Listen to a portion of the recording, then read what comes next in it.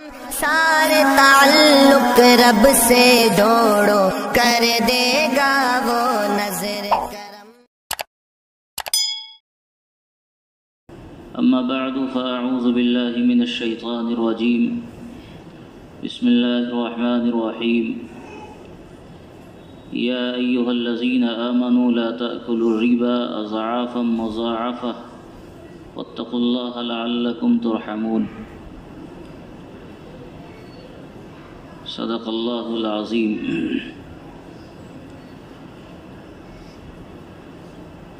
اللہ رب العزت نے انسانی ضرورتوں کی تکمیل کے لیے کسب معاش کا ہمیں حکم دیا ہے،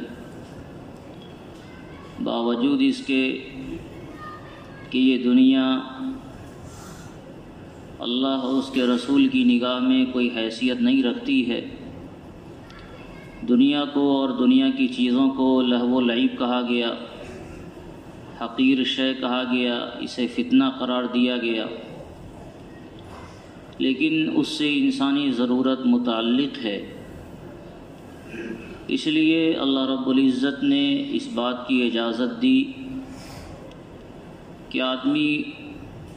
دنیا کو حاصل کر کے اپنی ضرورت پوری کرے،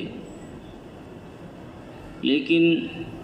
اس معاملے میں اللہ تعالیٰ نے ہمیں آزاد نہیں چھوڑا ہے۔ ہم کسی بھی معاملے میں شرعاً آزاد نہیں ہیں۔ ہر جگہ اللہ رب العزت کی مرضی کے پابند ہیں،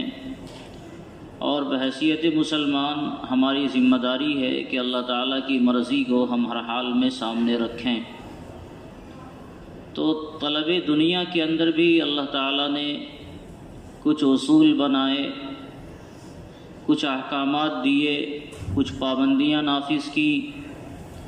کچھ سہولتیں دی، اور یہ سب اس لیے کہ خود ہمیں گندی چیزوں سے بچایا گیا۔ اشیاء میں گندگی موجود ہے، چیزوں میں گندگی ہے، یا اس میں اچھائی ہے، خوبی ہے یا خامی ہے، یہ چیز بہتر طریقے سے وہی جان سکتا ہے جو اس کا بنانے والا ہے۔ جو آدمی اس کا بنانے والا نہیں ہو، وہ کما حق ہو اس سلسلے میں معلومات حاصل نہیں کر سکتا ہے۔ انسان ہے وہ تو لالچی ہے، ہر اچھی چیزوں کی طرف بڑھے گا، لیکن وہی ہے کہ چمکتا جو نظر آتا ہے سو سب سونا نہیں ہوتا۔ جو چیز چمکیلی ہوتی ہے ضروری نہیں ہے کہ وہ ہیرا ہی ہو، آگ کا انگارہ بھی ہو سکتا ہے۔ تو اس کو صحیح طور پر پرکھنے کے لیے کہ وہ سونا ہی ہے یا سراب ہے، آنکھوں کا دھوکہ ہے یا حقیقت ہے، اس کے لیے ہم اس سے رہنمائی حاصل کریں جو اس سلسلے کا ماہر ہو۔ ایک بچہ ہر چیز کو لے کر اپنے منہ میں ڈالتا ہے، وہ مٹی بھی کھانے لگتا ہے اور اس میں اسے لذت ملتی ہے، لیکن آخر کیوں ماں باپ اس بچے کو بار بار اس سے روکتے ہیں، منع کرتے ہیں، تنبیہ کرتے ہیں، اور نہ ماننے پر اس کی پٹائی بھی کی جاتی ہے۔ وہ بچہ چوری چھپے کہیں سے مٹی کھرچا اور اپنے منہ میں ڈال لیا، کسی دیوار میں انگلی لگائی اور اس سے مٹی نکال کر اپنے منہ میں ڈال لیا، لیکن جیسے ہی ماں باپ کی نگاہ اس پر پڑتی ہے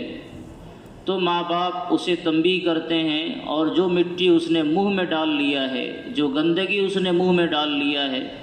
اسے نکال کر باہر پھینکتے ہیں، اسے کلی کراتے ہیں، اس کا منہ صاف کرتے ہیں۔ ایسا آخر کیوں ہوتا ہے؟ ماں باپ بچے کے مقابلے میں یقیناً زیادہ ہوشیار ہوتے ہیں۔ بچے کی عمر اچھے برے کی تمیز کی نہیں ہوتی، اسے پتہ نہیں ہوتا کہ اس میں ہماری اچھائی ہے، ہمارے لیے بھلائی ہے، یا ہمارے لیے یہ چیز نقصان دہ ہے۔ اسے ظاہری طور پر تھوڑی دیر کے لیے کوئی چیز اچھی لگی تو اس نے منہ میں ڈال لیا، حتیٰ کہ وہ غلاظت کو بھی منہ میں ڈال لیتا ہے، کیونکہ اس کا شعور اسے نہیں ہوتا، اسے کوئی لذت ملی اس نے ڈال لیا۔ لیکن ماں باپ کو پتہ ہے کہ یہ چیز اس کی صحت کے لیے، اس کے لیے نقصان دہ ہے، اس لیے ماں باپ اسے چھینتے ہیں اور اس سے باز رہنے کی تلقین کرتے ہیں۔ کچھ یہی صورتحال انسان کا اور اس کے خالق پروردگار رب ذوالجلال کا ہے۔ انسان کو یہ پتہ نہیں ہے کہ اس چیز کے اندر ہمارے لیے فائدہ ہے یا نقصان ہے، لیکن جس ذات نے اس چیز کو بھی بنایا اور اس نے انسان کو بھی بنایا، اسے خوب پتہ ہے کہ کون کس کے لیے فٹ ہوگا اور کون کس کے لیے مضر ہوگا۔ اسے خوب معلوم ہے کہ اس میں اس کے لیے بھلائی ہے یا نقصان دہ ہے، اسے خوب پتہ ہے۔ اس لیے اللہ رب العزت بہت سی چیزوں کی جہاں ہمیں اجازت دیتے ہیں، اس کے کھانے کی، اس کے استعمال کی، اس کے برتنے کی تلقین فرماتے ہیں، وہیں اللہ تعالیٰ کی طرف سے بہت سی چیزوں سے منع بھی کیا جاتا ہے۔ اب کس مال میں خوبی ہے اور کس میں خامی ہے یہ تو اللہ تعالیٰ ہی جانتے ہیں۔ اس بچے کی طرح ہمیں دیکھنے میں سب ایک ہی جیسا نظر آتا ہے، انگارہ بھی ہماری نگاہ میں ویسا ہی ہے جیسے سونے کی چمک ہے، جیسے ہیرے کی چمک ہے، دونوں کو ہم نے ایک سمجھا، حالانکہ ایک آگ کا انگارہ ہوتا ہے اور ایک ہیرے کی ڈلی ہوتی ہے، لیکن ان دونوں میں ایک بچے کو فرق نہیں محسوس ہوتا۔ اسی طرح انسان ہے،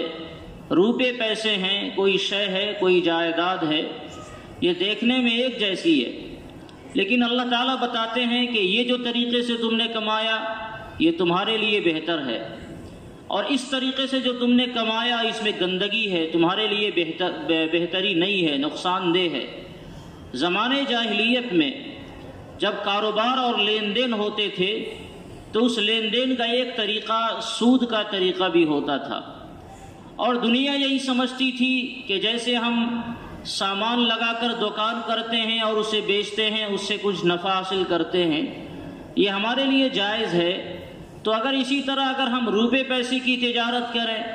کسی کو ہم نے سامان دیا، وہ سامان 10 روپے کا تھا، ہم نے اس سے 12 روپے 15 20 روپے حاصل کیے، تو یہ جو زائد رقم ہم نے حاصل کی ہے 12 15 20 روپے، یہ ہمارے لیے حلال اور جائز ہیں۔ اسی طرح اگر ہم نے کسی کو سامان کے بجائے 10 روپے دیے کسی مجبوری میں، اور پھر اس سے ہم نے بڑھا کر 10 کے بجائے 20 15 12 جو بھی حاصل کیے، تو یہ بھی تو تجارت ہی کی ایک شکل ہے۔ اور جب یہ بھی شکل تجارت کی ہے، یہاں بھی ہم نے پیسے لگائے تھے، مال لگایا تھا اور اس سے نفع حاصل کیا، وہ ہمارے لیے جائز ہے۔ تو یہاں بھی ہم نے پیسے لگائے ہیں اور پیسے لگا کر اس سے ہم نے نفع حاصل کیا، یہ بھی ہمارے لیے جائز ہونا چاہیے۔ تو دونوں کی شکل ایک جیسی ہے۔ یہ انسان اس نادان بچے کی طرح ہے جس کو اپنے اچھائی اور برائی کی تمیز نہیں ہے۔ دنیا والوں نے یہی سمجھا کہ یہ دونوں ایک ہے، اور انہوں نے کہا انما البیع مثل الربا، کہ یہ خرید و فروخت اور ربا، سود کے معاملات، یہ دونوں ایک جیسے ہیں، دونوں میں ایک ہی طرح کا معاملہ کیا جاتا ہے۔ لیکن اللہ رب العزت نے بتایا کہ نہیں، ایسا نہیں ہے، دونوں میں زمین اور آسمان کا فرق ہے، اور وہ فرق یہ ہے احل اللہ البیع وحرم الربا، اللہ تعالیٰ نے خرید و فروخت کو تو حلال کیا، وہ پاکیزہ مال ہے۔ آپ 1 روپے کا سامان اگر 100 روپے میں بھی بیچیں اور خریدنے والے کو دھوکہ نہ دیں، خریدنے والے کو پتہ ہے کہ اس کی اصل مالیت یہ ہے، اور وہ اپنی خوشی سے اسے 100 روپے میں خریدتا ہے، غبن فاحش جس کو فقہا کی اصطلاح میں کہا گیا، غبن فاحش نہیں ہو، تو نفع کی مقدار شریعت نے متعین نہیں کی، آپ جو نفع چاہیں لیں، اور 2 روپے کا مال اگر 4 روپے میں بیچیں تو یہ 2 روپیہ جو زائد آپ کا آیا یہ حلال ہے، پاکیزہ ہے، اور اس کے استعمال کا حکم اللہ تعالیٰ نے دیا ہے۔ لیکن دوسری طرف قرآن کریم نے یہ کہا کہ یہ اسی طرح کا معاملہ جو تمہیں سود کا معلوم ہوتا ہے، سود کا معاملہ اس طرح کا نہیں ہے۔ یہ دیکھنے میں دونوں ہم شکل ہو سکتے ہیں، لیکن دونوں کی حقیقت میں زمین اور آسمان کا فرق ہے۔ 2 چیزوں کے نام پر اگر دونوں کا نام کوئی ایک رکھ دے تو اس سے اس کی حقیقت نہیں بدل جایا کرتی۔ 2 چیزوں کی شکلیں اگر ایک جیسی ہو جائیں تو اس سے دونوں کی حقیقت ایک نہیں ہو جاتی۔ کسی چیز کو دیکھنے کے لیے کہ یہ کارگر ہے یا ناکارہ ہے، آپ کو دیکھنا یہ ہوگا کہ اس کی حقیقت کیا ہے۔ 2 دوا ہے، دونوں دوا سیم ہے، ایک جیسی دوا ہے، دونوں کا نام ایک ہے، دونوں کے جو اصول بنائے گئے وہ ایک ہیں، لیکن ایک دوا ایکسپائر ہے اور دوسرا ابھی اپنے ڈیٹ میں چل رہا ہے، تو دنیا کا کوئی بیوقوف آدمی بھی جب وہ دکان پر جائے گا اور پیسے دے گا تو وہ ایکسپائر دوا کو نہیں خریدے گا۔ صرف یہی نہیں کہ نہیں خریدے گا، اگر کسی نے اسے بغیر پیسے کے دے دیا کہ میں اس دوا کو تمہیں مفت دیتا ہوں، لے جا کر تم اس کا استعمال کرو، دیکھو تمہیں جو دوا خریدنی ہے وہ بھی بعین ہی ایسی ہے، اس کی بھی شکل و صورت یہی ہے، اس کا بھی نام یہی ہے، اس کے بھی رنگ یہی ہیں، اس کی سائز یہی ہے، اور یہ دوا وہ بھی ویسی ہے، بس فرق ڈیٹ کا ہے تھوڑا سا، اس کے بنانے کا ڈیٹ تھوڑا 2-3 سال پہلے کا ہے اور یہ بھی تازہ ہے، اور یہ 2-3 سال پہلے جو دوا بنی وہ اب ایکسپائر حالت میں چل رہی ہے۔ تو دنیا کا سب سے بڑا مریض ہو جو دوائی کا ایک ایک پائی کا محتاج ہو، وہ بھی ایکسپائر دوا کو فری میں بھی نہیں لے گا، اگرچہ دوائی کے گودام اس کے حوالے کیے جائے، اس لیے کہ وہ جانتا ہے اور اعلیٰ وجہ البصیرت جانتا ہے کہ جب یہ ڈیٹ ایکسپائر کر گیا اس کا مطلب دوا کی نافعیت ختم ہو گئی ہے، اب یہ دوا ہمارے لیے نفع بخش نہیں ہوگی، نقصان دہ ہو جائے گی۔ تو کوئی بیوقوف سے بیوقوف آدمی بھی اس دوا کو فری میں نہیں لے گا۔ کوئی آدمی اگر پوری فیکٹری اگر ایکسپائر دوا کی کسی کو دے دے تو نہیں لے گا، وہ مہنگی قیمت پر ایک پتی دوا لے گا، لیکن وہ دوا لے گا جس کا ڈیٹ ابھی باقی ہے، کیونکہ اسے معلوم ہے کہ اس دوا میں اور اس دوا میں زمین آسمان کا فرق ہے، اگرچہ دیکھنے میں دونوں برابر ہیں۔ شریعت مطہرہ نے جن چیزوں سے ہمیں منع کیا اور جن چیزوں کی ہمیں اجازت دی، بظاہر کبھی ایسا لگتا ہے کہ دونوں تو ایک جیسے ہیں، پھر یہ منع کیسے ہو گیا اور یہ فائدہ مند کیسے ہو گیا؟ تو اس کی حقیقت بھی کچھ اسی طرح کی ہے کہ ہمارے اور آپ کی نگاہ میں دیکھنے میں شاید ایک جیسی ہو، لیکن جو بنانے والا ہے اور جو اس کو وجود بخشنے والا ہے وہ خوب جانتا ہے کہ یہ کیسا ہے اور یہ کیسا ہے۔ صرف معمولی ایک ڈیٹ کے فرق ہونے کی وجہ سے اتنی بڑی شکلیں بن سکتی ہیں، تو جس ذات نے دو چیزوں کو الگ الگ بنایا، صرف اس کی شکل اگر الگ الگ ایک جیسی ہو تو کیا اس میں بونے بعید نہیں ہوگا، اس میں فرق نہیں ہوگا؟ زمانے جاہلیت میں لوگوں نے یہی سمجھا تھا کہ ربا اور تجارت، بیع اور ربا یہ دونوں ایک جیسے ہیں، انما البیع مثل الربا، ان کا نعرہ انہوں نے لگایا کہ جب خرید و فروخت کے ذریعے آنے والا نفع ہمارے لیے حلال ہے تو پھر ربا کے ذریعے آنے والا نفع حرام کیسے ہو گیا؟ دونوں تو ایک جیسے ہیں۔ اللہ رب العزت نے فرمایا کہ ایسا نہیں ہے، احل اللہ البیع وحرم الربا، اللہ تعالیٰ نے بیع کو حلال کیا اور ربا کو حرام کیا، اور قرآن کریم نے کہا یمحق اللہ الربا، ربا کو اللہ تعالیٰ مٹا کر رہتا ہے، اس سے انسان پنپتا نہیں ہے، اس سے وہ غارت میں چلا جاتا ہے، اس سے وہ ہلاک ہو جاتا ہے۔ یہ وہ مالی معاملات ہیں جس کی رہنمائی شریعت نے کی، اور مالی معاملات میں خاص طور سے سود اور ربا کی حرمت پر قرآن و حدیث میں اتنے سارے دلائل اور اتنے نصوص وارد ہیں اور اتنی سخت تنبیہات وارد ہیں کہ آپ کو حیرت ہوگی۔ میرا اندازہ یہ ہے کہ شاید کفر و شرک پر بھی جو سب سے بڑا جرم اللہ کی نگاہ میں ہے، اللہ رب العزت نے اتنا سخت رویہ نہیں اپنایا جتنا رویہ ربا اور سود کے بارے میں اپنایا ہے۔ شرک کے بارے میں قرآن کریم نے یہ کہا کہ اللہ معاف نہیں کرے گا، لیکن اس کے بارے میں جو رویہ اپنائے گئے وہ ایسا نہیں اپنایا گیا۔ زنا انتہائی قبیح عمل ہے، معاشرے کو برباد کرنے والا عمل ہے۔ قرآن کریم نے جگہ جگہ اس کی بے حیائی کا بڑے زبردست انداز میں اس کا تعارف کرایا کہ یہ انتہائی گندہ ہے، لیکن اگر قرآن کریم کا تیور دیکھنا ہو، قرآن کریم کا لہجہ اور اسلوب دیکھنا ہو، تو جب آپ ربا کے معاملے میں قرآن کریم کا اسلوب دیکھیں گے تو قرآن کہتا ہے فَإِن لَّمْ تَفْعَلُوا فَأْذَنُوا بِحَرْبٍ مِّنَ اللَّهِ وَرَسُولِهِ، اے لوگو ربا کو اللہ نے حرام کر دیا، اور سنو جو آدمی ربا سے اپنے آپ کو نہیں بچائے گا اللہ رسول کی طرف سے اس کے لیے اعلان جنگ ہے۔ کسی بھی شریعت نے جتنی برائیاں بیان کی اس میں کسی بھی برائی کے بارے میں شریعت نے یہ نہیں کہا کہ اس کا کرنے والا اللہ رسول سے وہ جنگ کر رہا ہے اور اللہ رسول کی طرف سے اس کے لیے اعلان جنگ ہے، یہ کہا اس کے لیے بڑی دردناک عذاب ہے، یہ کہا اس کی مغفرت نہیں ہوگی، یہ کہا وہ بندہ ایسا ہے آخرت میں ہلاک ہونے والا ہے۔ لیکن جب ربا کا تذکرہ قرآن کریم نے کیا تو اللہ رب العزت نے یہ فرمایا کہ جو آدمی سود کے معاملات کو کرے گا، سود کا معاملہ کرنے والا، اللہ رب العزت اس کے لیے اعلان جنگ کر رہا ہے۔ اور اللہ تعالیٰ کی طرف سے اعلان جنگ ہو، اس کا مطلب وہ آدمی جیتے گا۔ سود لینے دینے والا کبھی پنپ نہیں سکتا ہے، وہ کبھی کامیاب اور فلاح کو نہیں پہنچ سکتا ہے۔ اسی لیے اللہ کے رسول صلی اللہ علیہ وسلم نے لعنت فرمائی۔ مسلم شریف کی غالباً روایت ہے، اللہ کے رسول نے ارشاد فرمایا، لعن اللہ آکل الربا وموکلہ وکاتبہ وشاہدی۔ جو آدمی سود لیتا ہے اس پر بھی، جو سود دیتا ہے اس پر بھی، جو اس کا منشی اور لکھنے والا اس کے حساب کے معاملات کو اس پر بھی، اور جو اس کے گواہ بنتے ہیں اس پر بھی اللہ تعالیٰ کی لعنت ہو۔ قرآن کریم نے ایک جگہ تذکرہ کیا کہ جو لوگ سود لینے دینے والے ہیں، الذین یاکلون الربا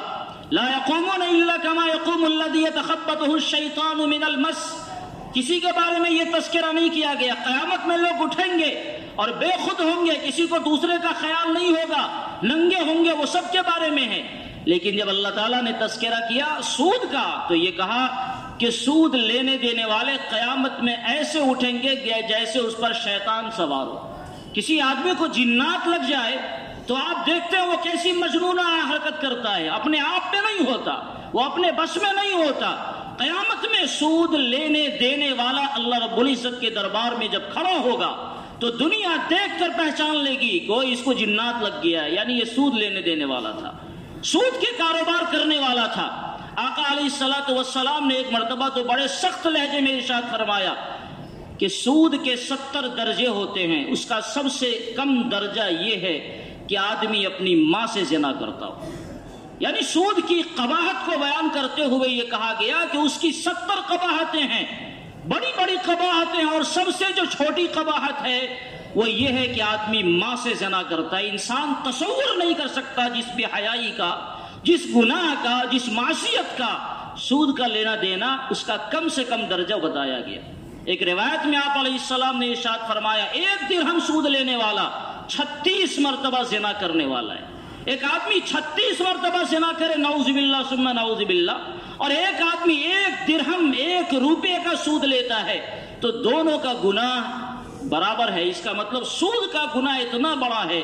کہ تھوڑے سے معاملات میں بھی آدمی سود کرے تو اللہ رب العزت کی نگاہ میں وہ بہت بڑا مجرم ہوتا ہے۔ یہ سودی معاملات شریعت مطہرہ نے جس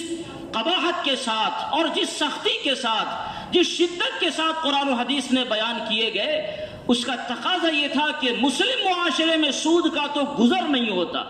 لوگ سود کے نام کو لینے سے ویسے ہی کانپتے جیسے سور کا نام لینے سے کانپتے ہیں۔ اگر آپ کے سامنے کوئی آدمی سور کا گوشت رکھ دے تو کس طرح آدمی بھن بھنا جاتا ہے اور کس طرح آدمی پریشان ہوتا ہے۔ جس طرح سور کا نام لینے سے انسان کی زبان اپنے سمجھتا ہے کہ گندی ہو رہی ہے، سود کا نام لینے سے بھی اس کی زبان ویسی ہوتی، اور معاشرے میں اس کا تذکرہ تک کرنا انسان بے حیائی تصور کرتا۔ لیکن یہ افسوس کا معاملہ ہے کہ میں نے بتایا انسان یہ سمجھتا ہے کہ بس روپیہ آوے، پیسہ آوے، دنیا کی محبت ہمارے ذہن و دماغ میں اتنی زیادہ راسخ ہو گئی کہ آدمی ہر طرح کے مال کو لینا گوارا کرتا ہے، چاہے وہ کسی بھی طریقے سے آوے۔ اللہ رب العزت نے مال کمانے کا حکم دیا، لیکن یہ نہیں کہا کہ جو مال تمہارے پاس آوے، چاہے وہ محنت سے آوے، چاہے بلا محنت کے آوے، چاہے وہ تمہاری پونجی لگا کر آوے، چاہے بلا پونجی لگائے ہوئے آوے، وہ سارا کا سارا بس بٹورتے رہو اور لیتے رہو۔ کسی بھی چیز کی حلت اور حرمت کا مدار یہ نہیں ہے کہ آدمی جیب سے پیسہ لگایا، یہ نہیں کہ آدمی اس میں محنت کر رہا ہے۔ اگر کسی چیز کی حلت و حرمت کا مدار یہ ہوتا کہ آدمی کی محنت ہے تو مجھے کہنے دیجئے، میں کہتا جو عورتیں زانیہ ہوتی ہیں، فاحشہ ہوتی ہیں، اور جو باضابطہ وہ ٹھیکہ چلاتی ہیں، اس سے زیادہ شاید کسی کو محنت ہوتی ہوگی، تو اس کا پیسہ تو سب سے زیادہ حلال ہونا چاہیے، کیونکہ پوری طاقت وہ لگاتی ہے، اپنے خون پسینے کو نچوڑتی ہے، اور تب جا کر وہ 2 روپے کماتی ہے۔ لیکن تف ہو اور لعنت ہو ایسی آمدنی پر۔ بھلا کوئی مسلمان بھی تصور کر سکتا ہے کہ زانیہ کی آمدنی حلال ہوگی؟ تو اگر آمدنی کی حلت کا مدار ہماری محنت ہو، ہمارے اپنے بنائے ہوئے اصول ہوں، تو معاف کیجئے، کسی بھی چیز کا مدار اللہ رب العزت کا فرمان ہوتا ہے۔ اگر اللہ تعالیٰ نے یہ کہا کہ یہ چیزیں حلال ہیں تو حلال ہے، بھلے اس میں انسان کو 1 پائی نہیں لگے، 1 محنت نہیں لگے، ایک بہت دور کا آدمی کسی کا انتقال ہو گیا دربھنگا، پٹنہ، دہلی میں، اور اتفاق سے وہ ہمارا رشتہ دار تھا، بہت دور کا، اس کا کوئی رشتہ دار نہیں ہے، اور بڑی پراپرٹی چھوڑ کر گیا۔ پتا چلا اس کا کوئی اپنا وارث نہیں تھا، ڈھونڈتے ڈھونڈتے ایک بندہ میں ہی نکلا اور اربوں کی زمین چھوڑ گیا۔ کوئی محنت لگی، کوئی ہم نے اس میں پیسہ لگایا، لیکن اربوں کی زمین اللہ رب العزت کے حکم کے مطابق آئی تو یہ ہمارے لیے انتہائی حلال اور پاکیزہ ہوتا ہے، اس میں کوئی محنت نہیں لگی ہے، مگر وارثوں کو وراثت میں جو روپے پیسے ملتے ہیں، جو زمین جائیداد ملتی ہے، وہ پاکیزہ ہے۔ اور ایک آدمی خوب محنت کرے، جی جان لگا دے، دن رات ایک کر دے، پسینے بہائے، اپنے خون بہا دے، لیکن اس کو حاصل کرنے کے لیے وہ لوگوں کو دھوکہ دیتا ہے، جھوٹ بولتا ہے، تو شریعت کہتی ہے کہ تمہارے جھوٹ کی وجہ سے، تمہارے دھوکے کی وجہ سے، تمہارے ظلم کی وجہ سے تمہاری ساری محنت کے اثرات زائل ہو گئے اور یہ مال تمہارے لیے حرام ہو گیا۔ روپے پیسے آرام مقصود نہیں ہے، اصل یہ ہے کہ یہ اللہ رب العزت کے بتائے ہوئے طریقوں کے مطابق ہے یا نہیں۔ بہت سارے معاملات میں یہ بھی ہم دیکھ رہے ہیں کہ آدمی لا علمی میں کہیے، جہالت میں کہیے، پیسہ لگاتا ہے اور وہ سمجھتا ہے اس سے ہماری آمدنی ہے۔ میں آپ سے یہ کہنا چاہتا ہوں کہ جب اللہ تعالیٰ نے سخت اصول بیان کیے اور ہر معاملے میں اللہ رب العزت کے احکامات ہمارے سامنے ہیں، تو کسی بھی کام کو کرنے کے لیے آپ پہلے شریعت کے احکام معلوم کر لیں۔ ایک شخص 10 لاکھ روپے لگاتا ہے، لیکن اس کی آمدنی کے جو طریقے ہوتے ہیں نفع کی آمدنی کے، اگر شرعی معیار پر اسے تولا جائے تو وہ سود کے زمرے میں داخل ہوتا ہے۔ یعنی آپ 10 لاکھ روپے لگا کر بھی اگر 10,000 کماتے ہیں تو وہ بھی اگر سود کے ذریعے کماتے ہیں تو یہ کون سا کمانا ہوا؟ 10 لاکھ روپے لگا کر تو آدمی 1 لاکھ روپے نفع جائز طریقے سے کما سکتا ہے، لیکن آپ نے جانے انجانے میں مسلمان ہو کر اگر کوئی کسی نے ایسا کیا ہے تو یقیناً یہ غلط ہے، یہ صحیح نہیں ہے۔ بہت سارے معاملات جو نگاہوں میں آتے ہیں، ان معاملات میں یہ سمجھ میں آتا ہے کہ یہاں سود کا عمل دخل ہو رہا ہے، لیکن ایک مسلمان صرف یہ سمجھ رہا ہے کہ یا تو وہ انجان ہے، اس کو سود نہیں سمجھ رہا ہے، یا یہ سمجھ رہا ہے کہ کچھ بھی ہو ہمیں پیسہ تو آ رہا ہے، اس سے مطلب ہے۔ اگر ہم یہ سمجھ رہے ہیں کہ پیسہ آ رہا ہے بس ہمیں اس سے مطلب ہے، تب تو اپنے ایمان کا جائزہ لینا چاہیے، اور اگر معلومات نہیں تھی تو جاننے والوں سے مسئلہ معلوم کرنا چاہیے۔ اس سلسلے میں ایک اور بات کی طرف میں توجہ دلانا چاہتا ہوں۔ سود کے معاملات معاشرے میں کم ہونے کے بجائے بڑھتے جا رہے ہیں، اور ایک نئی شکل کا علم بار بار مجھے ہو رہا ہے۔ کئی مقامات پر گیا تو وہاں یہ طریقے رائج ہو رہے ہیں۔ اصل میں ایک بڑا مسئلہ آج کی دنیا میں یہ پیدا ہو گیا کہ آپ کسی سے 1,000 روپے قرض مانگیں، پورے معاشرے کے اندر، پوری بستی کے اندر آپ کو 1,000 روپے قرض دینے والا کوئی نہیں ملے گا۔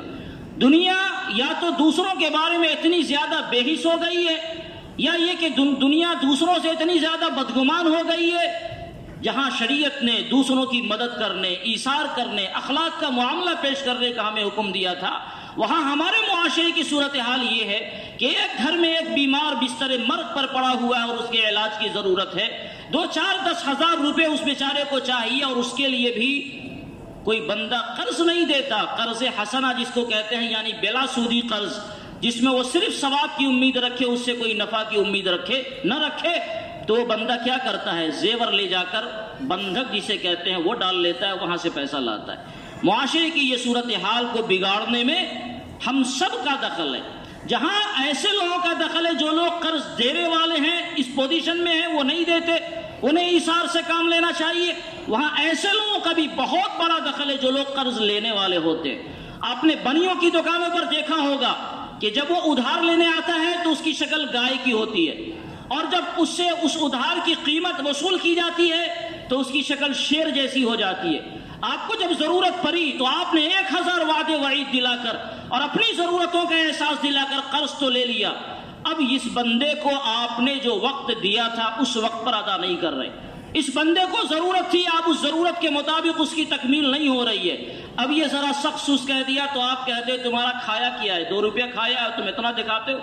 یعنی قرض لینے والا الٹے شان دکھلاتا ہے اور قرض دینے والے کو لگتا ہے کہ ہم کوئی بھیک مانگ رہے ہیں۔ اس نتیجے کا اثر یہ ہوا کہ دنیا نے قرض دینا بند کر دیا۔ اب ایسے لوگ کم ہیں؟ نہیں ہے، ایسا نہیں ہے، یقیناً ایسے لوگ ہیں جو غریبوں کا خیال رکھتے ہیں، ضرورت مندوں کا خیال رکھتے ہیں، لیکن ان حضرات کو بھی چاہیے جو لوگ قرض لینے والے ہیں کہ وعدہ ایسے وقت کا کرے جس میں وہ دے سکتے ہوں۔ اور جب دے سکتے ہو تو ہر حال میں دیں، ایک دن فیل نہیں ہو، گردن کٹ جائے لیکن جو زبان سے نکل گیا وہ فیل نہیں ہو۔ اور اگر اس کے باوجود بھی ہماری مجبوری ہے تو آدمی معافی مانگ لے، اپنی مجبوری کا اظہار کر لے۔ قرآن کریم نے تو ایسے لوگوں کی حوصلہ افزائی کی ہے جو قرض میں ذرا سا ڈھیل دیتے ہیں، وقت میں ڈھیل دے دیا، اور اگر سہولت ہو تو کچھ پیسے میں بھی ڈھیل دے دیا، معاف کر دیا۔ تو معاشرے کی صورتحال میں یہ بتا رہا تھا کہ چونکہ ایسا ہے کہ کوئی آدمی قرض لینے والا چونکہ وعدے کا پاسدار نہیں رہا، اس کو جو قرض ملا تو وہ سمجھتا ہے کہ یہ مال غنیمت مل گیا، اس کو واپس کرنے کا خیال